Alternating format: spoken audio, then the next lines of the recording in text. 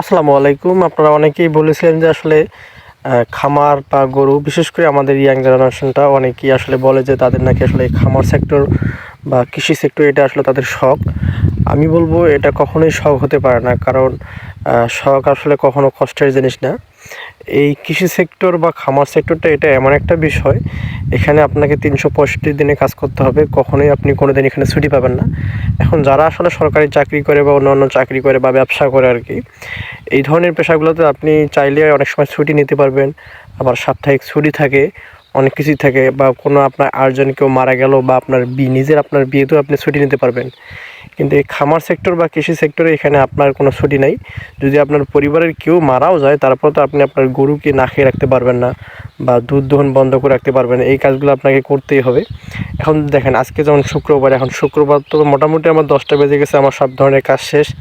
চাইলেই আমি এখন ঘুমাইতে পারতাম, কিন্তু এখন আসলে যেহেতু খামারের পাশাপাশি কৃষিকাজটাও করতেছি, এখন এই হালকা একটু সময় পাইছি নামাজের আগে পর্যন্ত 2 ঘন্টার মতো চলে আসছে মরিচ খেতে। এই মরিচ খেতে মনে করেন যে আপনার হাতছানি দিয়ে ভিজা মাটিগুলো আলগা আলগা করে দিচ্ছি আর কি। কয়েকদিন আগে অবশ্য আমরা এই মরিচ খেতে পানি দিয়েছিলাম, তো পানি দেওয়ার কারণে আসলে এই মাটিগুলো একবারে, যে ঝুরঝুরে মাটি ছিল, শুকনো মাটি, ওগুলো এখন ভিজে একবারে আপনার আকার হয়ে গেছে, শক্ত হয়ে গেছে।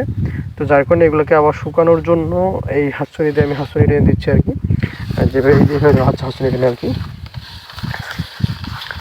তো আমি যেটা বলতে চাচ্ছি আর কি, আসলে এই খামার সেক্টর বা কৃষি সেক্টর এটা এমন একটা পেশা, এই পেশাতে আপনি কখনো ছুটি বলতে কোনো কিছু পাবেন না। এখানে আপনাকে ৩৬৫ দিনের মধ্যে ৩৬৫ দিনে আপনাকে পরিশ্রম করতেই হবে।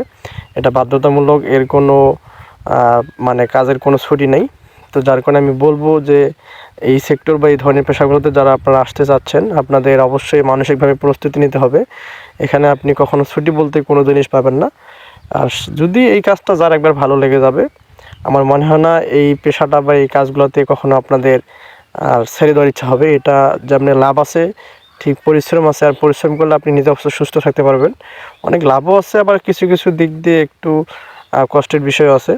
তো যাই হোক, যাই করেন না কেন ভেবেচিন্তে করবেন। যেটা আমি বললাম যে এই সেক্টরটা এমন একটা সেক্টর, কৃষি সেক্টর বা খামার সেক্টর, এখানে আপনাকে ৩৬৫ দিন 27 আওয়ার্সের মধ্যে অন্তত 10 থেকে 12 ঘন্টা আপনাকে কাজ করতেই হবে, এটা নিশ্চিত।